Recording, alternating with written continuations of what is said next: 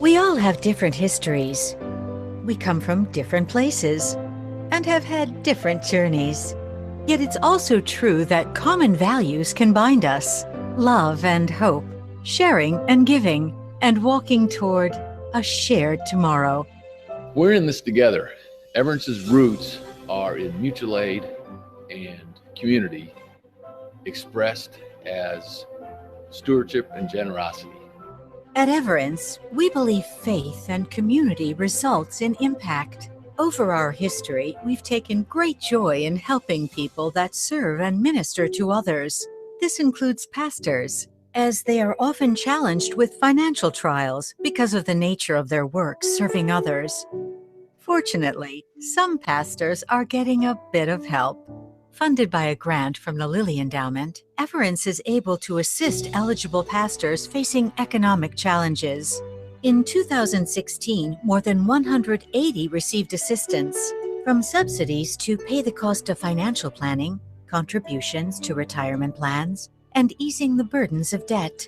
The program also helped more than 240 pastors attend educational events. We really believe that when churches take care of their pastors and help them with their financial health, those pastors are in an even better place to minister and take care of the congregations that they're serving in.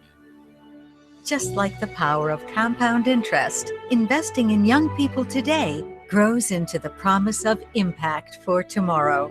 Since the late 90s, Everence has given more than $450,000 in scholarships to students.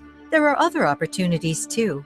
Throughout the history of Everence, internships have provided practical experience and skills. These students go on to successful careers, and some even stay to join the Everence team. A shared tomorrow also means thinking of the longest journeys ahead. Kids and their families each year enjoy Youth Savings Week events at Everence Federal Credit Union branches. They get a head start on thinking wisely about money and saving. It's good to know that after 71 years, Everence is a place where people can go to get help in living out their faith and finances. We look forward to being a part of a growing church and community with folks from all walks of life. This means the availability of services that can help nearly everyone in the stewardship of their resources. Credit union services, insurance and health plans, investments, and retirement plans provide members the chance to strengthen their tomorrow. We start with where our members are and develop a plan to meet their goals. Often that means taking care of the communities where they are. That might mean their church and extends to where they live and work. And when savings can turn into giving, Everence serves as the bridge between people's hearts and the helpful hands of churches and nonprofits. As I've traveled the country, I've gotten to know some people that are amazing in their generosity. And as we work with them in planning and then execution, some of my most amazing experience has been when folks tell me that they've been able to be more generous than they even expected that they were going to be able to be. Shared commitment is evident inside our organization as employees work as a team to serve members, whether it's individuals, churches, nonprofits, companies, and faith organizations. Members, staff, and friends also come together to contribute within our communities through chapter and stewardship events, volunteer efforts, training and workshops, advocacy, and everyday ways to build a better future, a shared tomorrow. Caring for one another is central to the work that we do. And the mission of our organization is to help folks work toward that goal. For neighborhoods and regions, for our faith communities, and for the world.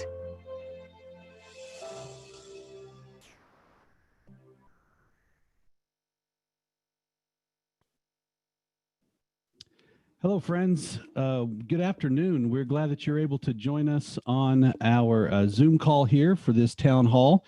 We are going to be working through some technical things here today to work through this for our conference next week. And I want to introduce my friend here, Ryan Smith. Ryan is our Operations and Leadership Development Director. And in part of that leadership, he gets to be a coordinator of our conference. Mm-hmm. So Ryan is joining us here to kind of walk us through some of this, be able to answer some of these technical questions for you today. So again, our goals are to be able to demonstrate how voting will take place on the day of conference, review any Zoom questions you might have while you're in Zoom already, maybe help you with a little bit of the working parts of that. Also give you a chance to ask any technical questions that you might have, and just to help you with what's going to be happening next week at this time, actually, 2 o'clock next Saturday. Can't believe it. It's already here. It's finally here. Finally here. Got a week out. So, so first, some things for you, for just technical things that we got here. First, if you could, if you have not already, in the top right-hand corner of your screen, where your face is, there's 3 dots. You can click on those dots. That would allow you to pull down and change your name if you haven't already changed your name, so that we can know who you are, so that we can, if you have a question, be able to address you by name. Feel free to leave off your video if you don't want to. You're welcome to leave it on, but you can leave it off as well until we ask you. If you do have a question, we'll ask you to turn that back on when it's time to do that, so that you can we can see you and talk to you and see your face. Also, please mute your microphone. Don't be offended if your microphone is open and all of a sudden you find it muted, because sometimes we hear some feedback and some things rolling in the background. And if there's an open mic, we have to be able to control that, and we'll mute you, and then we'll unmute you when it's time for you to be able to speak if you have a question. This allows us to kind of cut down on the background noise, the dogs barking, the children yelling. The reason why we're doing this here and not in my house is because I have dogs and children. So we'll be able to cut back on that. So if you have a question for either Ryan or I during this, you can just simply type in the chat. So down at the bottom, if you kind of hover over your screen, some buttons will pop up at the bottom. There's a chat feature there. You can click on that. And it will, you can simply write, I have a question, and Michael here, who is managing our side of things, will bring you up and allow you to ask a question. So when we do that, if you have a question, we will acknowledge you. We will unmute your mic or ask you to undo that. We'll ask you to turn on your video screen. And then after the conclusion of your questions, we will ask you to turn those things back off. Yeah, so if you have have a question that's not a general question, that you have something technical, there is someone out there with the heading questions.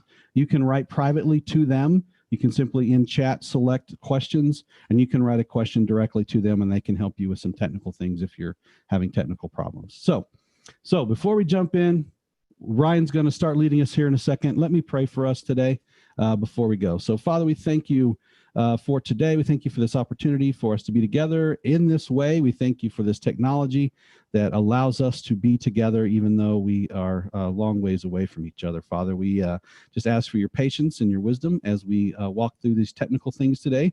But we also ask you go before us next week into our meeting. All for the technical stuff, all the things that could cause it to go wrong. But Father, just really for your spirit to be there with us as we discern together where you would have your church go, Father. And we just ask that in advance of next week. And we pray that in Jesus' name today. Amen. Amen. All right, Ryan. So jump in here and let's start talking about the key features of Zoom. Yeah. So those of you that are here on this meeting with us, you've done the hard work, right? You've already figured out how to get into Zoom, and you're here. So this will be the platform that we'll use next week. And Stephen sort of highlighted a couple of the key elements of the Zoom platform that you'll need to know about and you'll need to use. The first one that may be helpful that you may or may not know about is in the upper right-hand corner of your screen is the option to change your personal view. You can switch from speaker view or to gallery view. Personally, I like the gallery view option. I like to see as many of the faces as I possibly can. and I'm less distracted by the faces changing like they do in the speaker view. But if at any point you want a different view, you can change that, and it makes those changes for you and for your screen at home. So that's one thing you might not know about, and you can play with that. The other thing, as Stephen mentioned in our lead up, is the chat button there in the lower part of your screen. Kind of when you hover your mouse there in the middle part of the screen is a chat button. We throughout our broadcast, especially next week at conference, it'll be good to be aware of that. To be aware that information is being shared there. It's a way for you to share information. Of course, if you have a question, that's where you'll indicate that. But it's also, you have the opportunity to leave chats that are general to the public, to everybody that's on the Zoom call, or you can also indicate private messages to individual users. If you had a question that, as Stephen said, that maybe isn't pertinent to the conversation, but you needed to ask a question about what's coming next or what time might we be done, you could private message that to questions and then get a personal response back. Yeah, so if you've already done that, you can pull up your chat feature. When you've done that, there's a place at the bottom where you start typing, and that just above that allows you to pull down a screen, and it lets you see everybody that's in the call. So next week you'll see whatever the number is. If it's 180, 200 people, however many it is, you'll see all of them listed, and you can literally click on a single person and be able to pick them and chat privately with them. Right. That means that the rest of the conversation, the rest of the group can't see that conversation. It's like passing notes in class, yes, but the teacher can't see. Absolutely right. We can't see that. And so there's going to be two specific people next week that we would want you to pay attention to if you want to do a private chat with someone in the group. So that's questions. There'll be someone named questions and someone named help.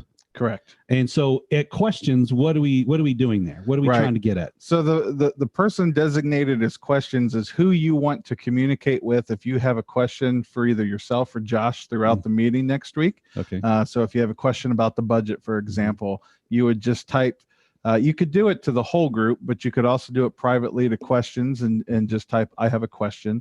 And the person monitoring that channel will indicate that to us, and then we'll be able to interact with the person who has the question. Great. So then the other person is help. The other person's help. What are we doing there? Yeah. So that is maybe you're having trouble hearing us, and you've tried to troubleshoot it on your end, and it's not seeming to be working.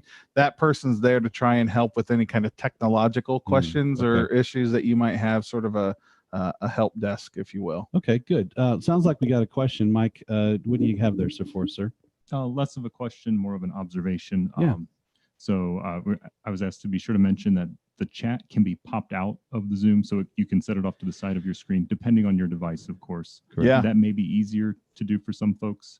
And that chat can happen while people are speaking. While people aren't speaking, it's totally independent of conversation that's happening in the video. Yeah, that's a great point. That is a great point. There's another button at the bottom that's participants. That will, if you click on that, that will have it will list everybody in the call, different from chat. Every one of those two screens are able to be popped out of so you could have the Zoom window over here, and they already do it for you, but if you want to do it for yourself and be able to move it around, correct, you can pop those things out and be able to move them where they need to go. And and that's a good point about the chat.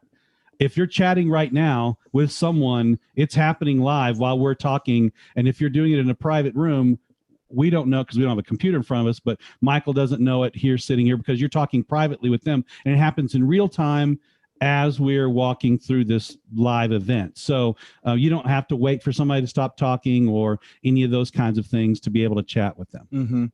One other note about the chat that came up in one of our earlier town halls is because we record these Zoom meetings, the chat also the public chat gets recorded, not the private message chats. But that way, if there's questions that are asked or if there's information that's shared in chat that's pertinent to the conference, we'll be able to pull that out and to make that available too for folks. Right. So that is something we need to know. Today we're recording this event for people to be able to see it. We will be recording the event next week, Mhm. so that we can be able to share that with the conference at large, those who were not at the conference themselves. So that will be recorded. So the live chat conversations won't be published out into the interwebs, but No, we will have a copy of that. Right. Yep. Right. The go ahead. The other two features, again, Stephen, you mentioned them for us, but it's the mic mute. That's there in the lower left-hand corner, and you see the icon of the microphone. There's a little up arrow or a little caret there to the right of that, and that caret allows you to access your microphone settings. And then right to the right of that is the same thing for your video. So if you again, you're welcome to have your video on. You're welcome to mute your video, so to speak. That's fine either way. Obviously, when you're interacting with us next week, we'd like you to have your video on so that we can see you and talk to you a little more naturally that way. Kind of like it's the old coming up to the microphone at the floor of conference and sharing who you are and where you're from. We'll do all of that. It'll just be through the video now. Correct. And so you click on those, it mutes you and unmutes you in that moment. The best part that I think we need to say here, if Zoom makes you nervous and you've never been here before, you clicking on anything on your screen does not break the national simulcast. It will not. It could turn some things off on your side. You could log out. You could log out. You can click a lot of different things, but you can't end the video. Right. You can't do any of those things. And you can come back if you log out. Yeah, if you log out. Same link that you got there and that kind of thing. Yes, that's true. If you lost your internet, the internet went down, the kids are running a video in the other room, all of a sudden it drops, re-click on the internet link, and we'll put you back into the call. Yep. Okay. So like I said, the hard work is done. You've made it here. So congratulations. Now it's just maybe figuring out some of the nuance of Zoom, and don't be afraid to poke and play around a little bit. That'll be fine. So if we get any questions here, last thing about Zoom is tell us a little bit about the help videos that are on our website that you can access that could get you a little deeper into the system if you need to. Yeah, on our website, brethrenchurch.org, on the events page for conference, we've pulled together several different how-to videos that Zoom has put out. Quick little 1-2 minute videos that kind of walk you through some of the nuance, chat specifically or muting or unmuting your mic and that kind of a thing. And so potentially refresher type videos, but definitely are there for you to help you feel a little bit better about using a platform that you're maybe not as familiar with. Right. So. And if you know of others that are going to be on the platform next week and they have not seen those videos, please let them know that they're there. Let them know about them and be able to walk through that with you, even possibly, to help them understand how to get it done. So before we jump to our next question or next topic, actually, Michael, any questions possibly popping in so far? All right, great. We will come back around and let you ask questions at the end before we close up the meeting here today. So our next topic we need to talk about is actually voting on the day of conference. Yes. And so let me give a little bit of, so we normally do this by hand raising. If it's just a simple yes/no question that we have, if we find them too hard to count because it seems to be a 50-50 split, we'll go to a piece of paper, right? This is the way we've always done it kind of conversation. This year, we don't have the privilege of that. So we have found ourselves a tool, an online tool to be able to vote. So just give us a little bit of what we're going to be doing with that, and then we'll go through an actual sharing of a screen and do a demo of that. Yeah, so the tool that we've found, it basically takes the paper ballot, if you will, which I think every year, as long as I can remember, we've always had a sample ballot in the program book, that you can see all the various people that we're voting for and any positions that we're voting on or whatever. So what we are using is a digital version that accomplishes that. So all of the things that we'll vote for next week are listed in this digital online format. That's why we've asked that delegates have access to a smartphone or a laptop or a tablet, some personal device that is available or able to be connected to the internet. Because each person, while we'll all be looking at the same ballot, my ballot's unique to me, yours is unique to you, and it's a one-time use kind of a thing. So you say it's unique. It doesn't look different. No. It's but that because you send it to my email address, only the person who can access that email address can vote on Correct. that particular ballot. So if you're sharing a computer that day, if you are possibly at a watch party at a church, because I know we have some of our congregations doing that, you won't have, there won't be a way for you to vote it in person that way. You will need a device to be able to do that. So we will give a significant amount of time, 15 minutes or so, to the voting time so that you can go. Now, voting will not take very long at all, but if you're going to share a computer or do it on your phone or, be at a church and you need to go, like, we're going to give enough time for people to be able to get through the voting time and be able to get all the way through it before the time runs out on that apparatus, on that voting thing. Am I correct, Stephen, that normally we will talk about an issue, discuss it, vote on it, move on to the next thing. Next week, we're going to talk about the totality of all the things that we need to vote on, allow for questions, conversation, then move to the vote. So we're gonna break Robert in his rule of order. We just won't a tell smidge. I think Robert's gone. I think it was the 1880s or something. Okay. So he's gone. So we will. So the natural order is motion, second, discussion. When the moderators decided the discussion is run its course, or someone calls the question, it's now time to vote. That's generally the order that we will go in. But because we are going to be using one voting apparatus to vote for everything at once, we're going to go motion, second, discussion. When the moderator has reached the conclusion of the discussion, we will then move on to the next topic. Motion, second, discussion, all the way through until the very end when we've done all of that. And then we will then tell people to go to the link, go ahead and start clicking on that and go into the thing and then vote. And we will remind everybody at the end. We will go back over all of the motions and make sure everybody understands and can see what we're talking about before we send them to go and vote. So we'll do a recap at the end so that they'll be able to do that. So we can get all the vote in and not have to send you, I think we got potentially 5 topics, I think, on our ballot this year.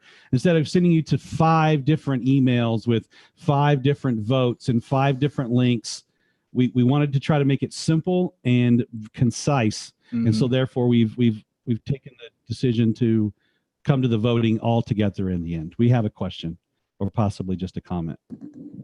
We have a question from Dr. Emery Hurd out in Cheyenne. Yes. We're going to bring Emery up here. Emery, if you would go ahead and unmute your video. That's not a thing. Turn your video on. Hello. Hello. Hi, Emery. Emery. How are you today, sir? Oh, doing all right. Great. Appreciate the need to conflate our various issues into one ballot. I get that. Yes, sir. My concern is and by the way, Robert's still alive and well. Anyway, but Not the man, but the rule for sure. but unfortunately, and again, that's our manual procedure says we follow Robert's. So yes. Yes, sir. But what I'm concerned about is if there's amendments to motions, Thank you. or if candidates are added in real time, Yes, sir. what's going to be the process to allow that to happen? Because Beautiful. again, are your ballots being done in real time or your ballots being done in advance? How's it work? Beautiful. I'm gonna get in the nitty-gritty with you. You ready? So we will actually be on my computer, as you see right here. We'll have our secretary of the conference. She'll be here. She'll be in another part of the building somewhere. But as we are writing, if we choose to change the motion, okay, motion starts out with this, and then we find an amendment and we change it to this. I will be literally writing that out on my computer, and it will be shared with the conference for them to see. And in real time, we will start with a ballot that is written the way it started. And in real time, once we've come to the conclusion and we've brought that particular motion to the end and it's got its final verbiage, if it's been amended, then Ryan will literally have access to my computer and have access to that file, and he will literally scoop that out and put it on the ballot. He will actually amend the ballot in real time so that when we get all the way to the end with each one of them, When you click on your link and you get to your ballot, it will have already be amended so that when you're reading the question, it will be the question that we finally concluded with when we got to the end of the discussion. Emery, does that make sense before I? Sounds fine. Okay. Yep. So Same with should we nominate anyone from the floor, Correct. we can add those We can- names yes. right into the ballot, and Right. they'll be there come vote time. Right. So because we will be interconnected, he literally will be sitting right here where Michael is sitting now. We'll have access to the same files. They don't know where Mike is sitting. I'm pointing right there. You can Okay. see him right there. All right. So any other questions you might have about that, Emery? I just have one more, which Yes, is sir. when we do the vote, Yes, sir. typically a majority is required. Mhm. So are we looking at a majority of ballots cast or a majority? Of well, you got a majority of what? The second thing still got to have a majority of something.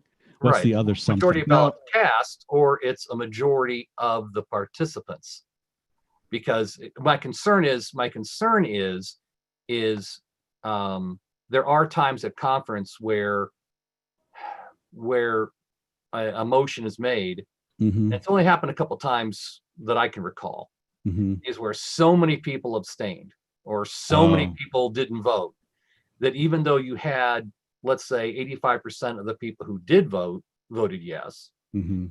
that 85% wasn't 51% of the registered delegates who were Sure. present.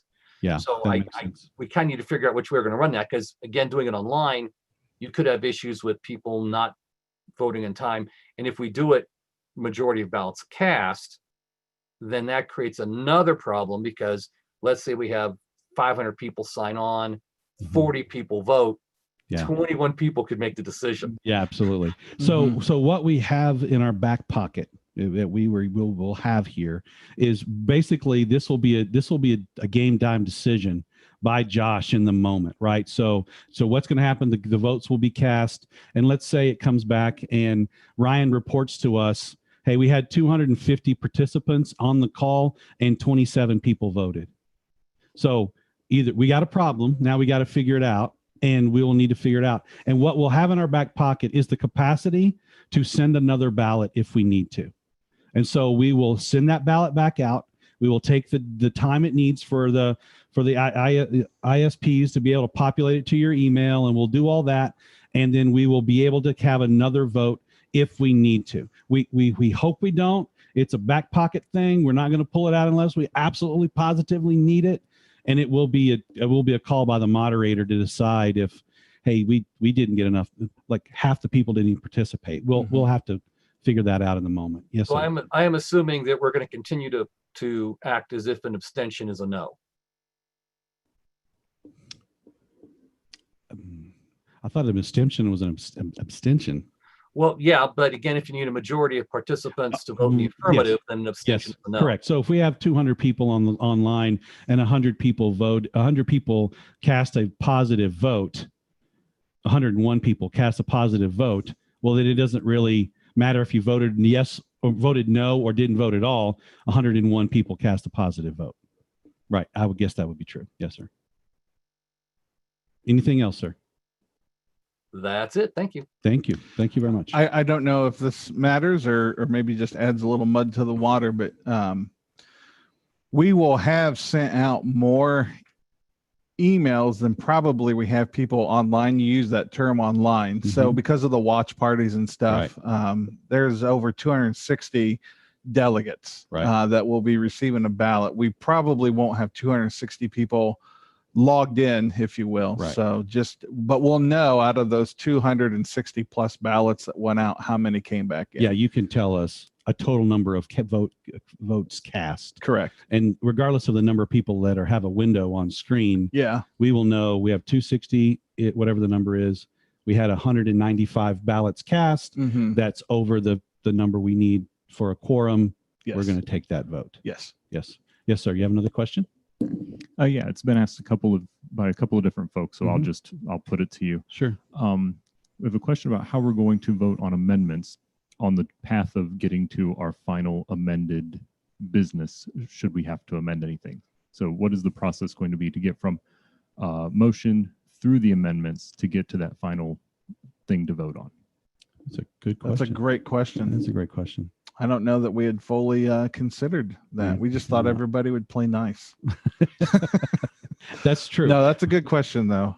So I mean, there are a couple of ways that we get at that. I mean, and there are ways we could choose to do a live vote, but it would cause if there's a watch party, there's a watch party Mhm. problem with that. So if we have a bunch of amendments to a particular item, we will have to use the thing I described to Emery just a second ago of here's a ballot.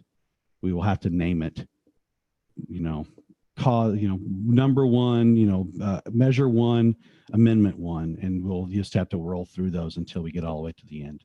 That will most likely be the way we have to do that. Okay, any other questions? And similarly related, and just to touch on it again, how are we identifying our quorum for these votes? Because we've got people who are delegates and able to be on the screen, people who will actually be on our Yeah. call, etc. So the way we identify a quorum at conference, because here's the beautiful thing about conference. Always at the first business session, every person that was seated on the list, because we seat by a list, I guarantee you are not in the room when it happens. And so we will seat by the list. So we will have a number that's there. So let's say it is 250, just because it's an easy number to do math on right now. We will need a quorum of that number of 250 to be able to do that, so that we can have because that's the only way we can do that, because we have too many watch parties or people sharing screens or doing all that. There's no way of counting the number of people actually on the call effectively. So you're saying we won't know we have a quorum until the votes have been taken? Man, you keep asking really good questions. These are great. This is why we do this. This is why we This do is this great. stuff. This is a great set of questions. I mean, effectively, let's say it's 250 on our list and there's 150 on the 200 on the call. Well, you have 200 people, at least 200 people on the Mhm. call. You have a quorum. I mean, you can use that number that way. But Stephen, yes. it's Pat. Wow, somebody just unmuted you and miraculously you started talking. I Pat, unmuted. come on in, Pat. No, Well, no, Pat- I don't. I'm not prepared for video right now.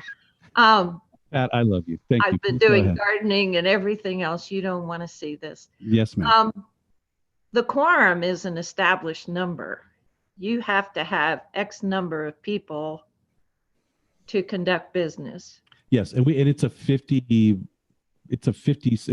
number. It's a +1. It's something like that for us to be able to conduct business. So we will need to have what half of 250. If 250 is our number, half of 250 need to be in the room for us to start. Okay, great. Plus That's what I was asking. Yes. Great. So Thank again, you. how do we come to that number? How do we assess that number? We will use as many ways as we can. Either that's from counting the number of participants on the Zoom call. If we don't get to that quorum, we may have to ask the people on the call to identify the number of people that are with them. So we may be able to answer it that way. Yes, sir. Our manual procedure notes that a quorum for general conference business sessions is 1/3 of the first session's delegate total. So currently we have 264 registered for conference, which we locked in the other day. So it'd be 1/3 of that number. Wow. So it's less than I thought. Correct. Wow. Okay. That's on page 10 of your manual procedure. Thank you. Thank you for Thanks, having Patrick. that so handy, Patrick. Appreciate that. Yes. We have a question from Pastor Tom Sprouse. Yes. Tom, are you there? Would you unmute your microphone, please, sir? Or excuse me, unmute your video. Or you've been gardening as well and don't want to be seen. That's Rob. Well, Tom? Did All you right, just- there you got me. Oh, there we go. Okay. Okay, hey, yeah. No, I was just wondering with the voting system then, since we're talking back and forth, that when our votes come in, will they be coming in anonymously, or will you be receiving them through the system on a by name basis? I don't want to say it's anonymous. I will not say that. But what I will tell you is it isn't by name either. It comes in as users and email addresses.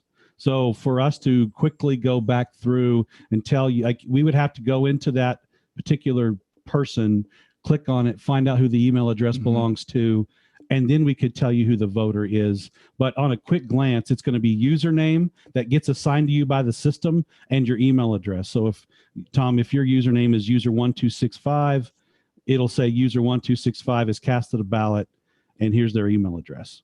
And so I appreciate that. No, because it was just a question that popped up in my mind. I mean, I'm not worried about knowing who knows how I vote or whatever. Right. And not like, I don't think we're going to be voting on a lot of hot issues since we're not bringing up new business or anything, but we do have a lot of things out there. So we just want to make sure that people are free to be able to vote, what the spirit leads them and everything too. Absolutely. Absolutely. Appreciate it. Thank you. Yeah. And we will not need access to that data unless something weird happens. And I don't even know what that weird is. So, but the system does keep track of the vote, and it tags you with a username and uses your email address to identify you. The reason it does that is because at the end, and we'll see this when we do the walkthrough, at the end, once you've confirmed your submission, you get a little ticket that actually recaps what your votes were.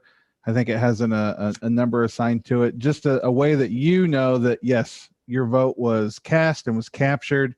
And should there be any question about what your vote was or anything like that, you've got that as sort of a backup way to do it. So, companies, I think, use this in a little, so many different ways than maybe how we're doing it, where, right. You need to be able to prove what your vote was or whatever. Right. But that's ultimately why the system does do that, why it captures that information. Right. Any other questions before we go to a demo? No more questions. Okay, so what we're going to do now is Patrick is going to share my screen with you, my computer screen here, and I'm going to start from my email and simply walk you right through to a ballot that it looks similar to the ballot you'll get on next Saturday, but the names have been changed to Protect the Innocent. Is that right?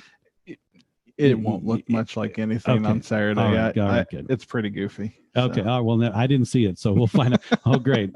Maybe I should have asked what was on this. So if you please there. Yes, sir. So you'll see here, this is my personal email here for work. And it came from the Brethren Church, and the email address is noreply@eballot.com. So if you received something from them, that's the place. So we'll have a little bit of instruction at the top end of this email for you. Here today, there's not any of that instruction, but it'll talk to you about the activity. Now, you will get this email at the top of the meeting, about 2:00. Yeah. You'll get this email. If you click on the link at 2:00, the ballot will not be active. You will not be automatic. You can't come in, vote at 2:05 and go hit the golf links. Like, that's not how this is going to work.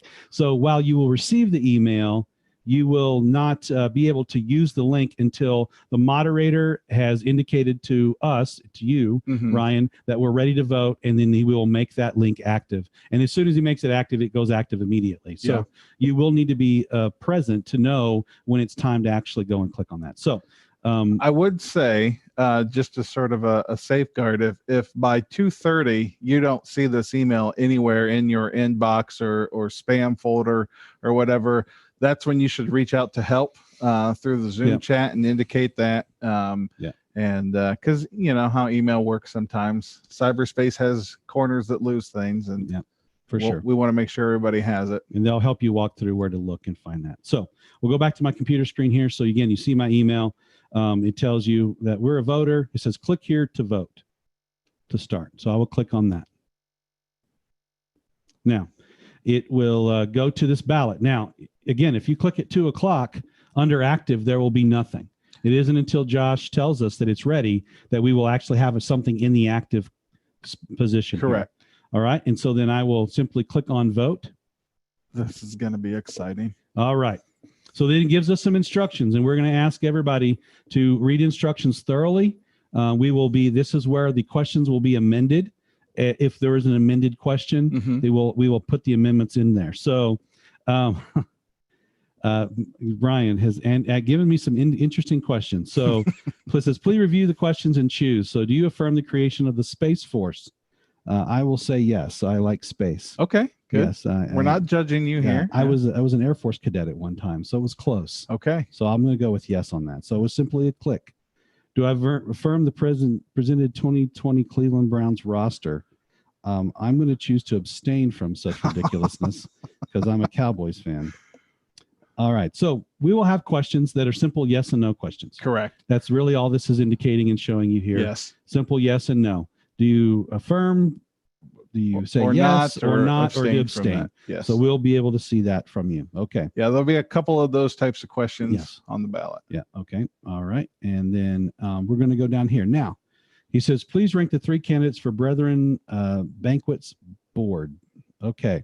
John Doe, Jane Doe, and Kevin Doe. Kevin's got a beautiful beard. Now, we will be asking you to be ranking our 3 candidates for executive board. Correct. And the reason for that is we have an unexpired term for executive board, and the person that receives the lowest ranking will then fill that unexpired term, and the other 2 persons who have a higher ranking will fill the 2 full terms. Mm-hmm. And so if we didn't have the unexpired term, we wouldn't need to rank them, but we do. So this is a way for us to be able to do that. So you will be able to see their picture. If you hover over them, you'll be able to see that and see that glorious beard there. And then you can also click on detail, and it will tell you about them. And there will be more written there than just I like tacos. Yeah, each person's provided a pretty good bio. Yes, to there will be get a to bio. know them a little Right. bit better and understand who they are. Yes. So you'll be able to see that. And so then I'm asked to rank. So I will simply just pick those 1, 2, and 3, and then move on to my next question. I will say, because that might be the the easy way to do it, right? Everybody's getting in, not really need to think about it, other than the fact that, as you pointed out, somebody is going to be fulfilling an unexpired term. And so our candidates are listed alphabetically. Yes. You could just go 1, 2, 3 like you did. Or if you looked there at Kevin Doe, his favorite color being clear, Right. I think personally elevates him above the other 2. So Mhm. I would have voted him to be number 1 Okay. because I want him to serve more than just Serve the a longer term. unfulfilled term. Right. Right. And so But that's just me. right. And going through 1, 2, 3 is a way to do it, but we do want you to pay attention. Mhm. We do want you to take that ranking seriously as you walk through. And so then we'll have several questions about other persons that are being elected that are really just vote for one. It's no need for a rank.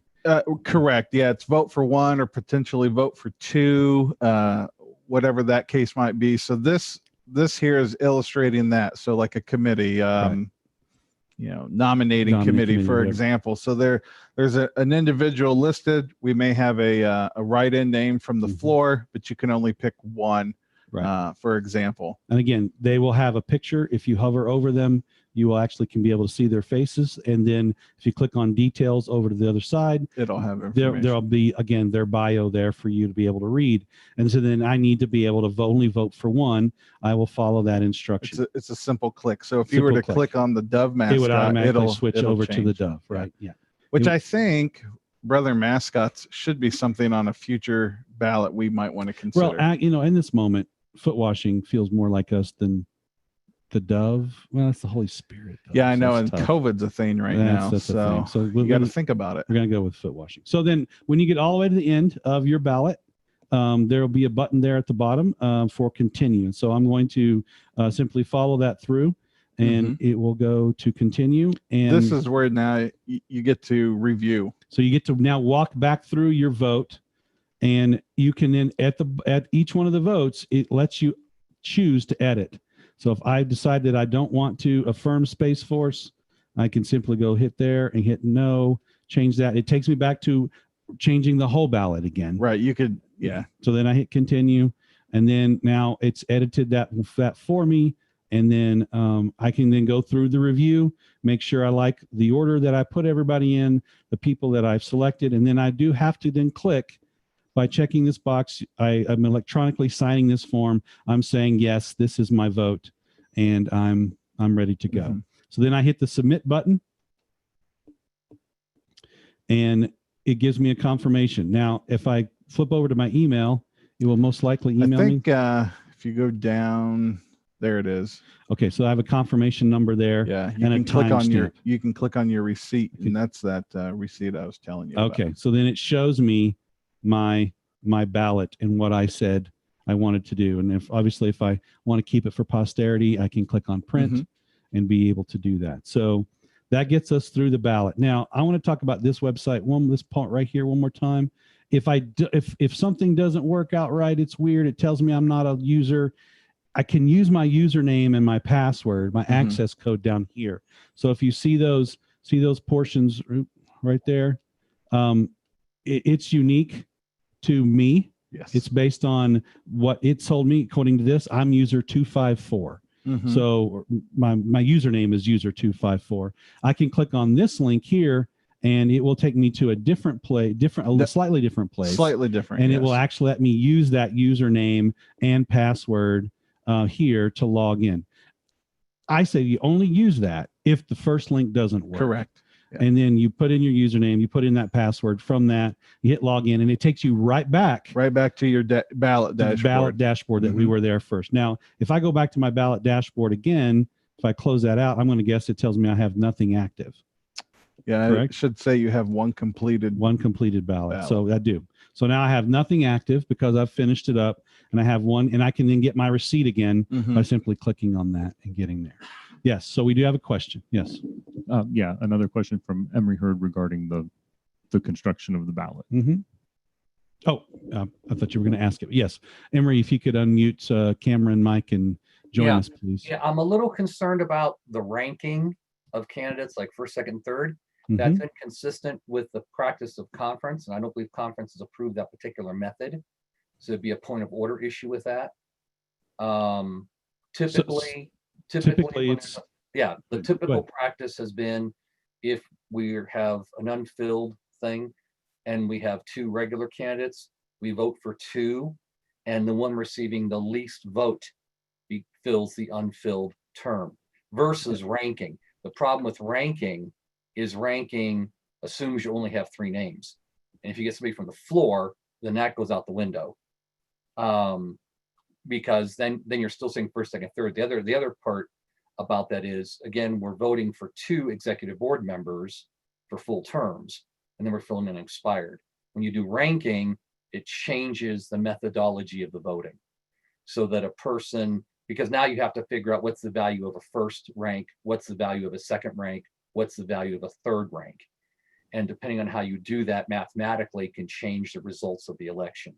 That's why the traditional method's simply been vote for two, and the person who gets the third gets the least amount of votes, or the third amount of votes if there's more than two, becomes the person to fill the expired term. Yeah. So effectively, by voting for two, you are ranking. Now, the math behind it is the question you're asking, but by voting for two, you effectively are ranking because you're putting that last person in third place. That's true, but you're not putting the other two in a different rank. You're simply saying, these are the two of the three I'd like to see on the board. Okay.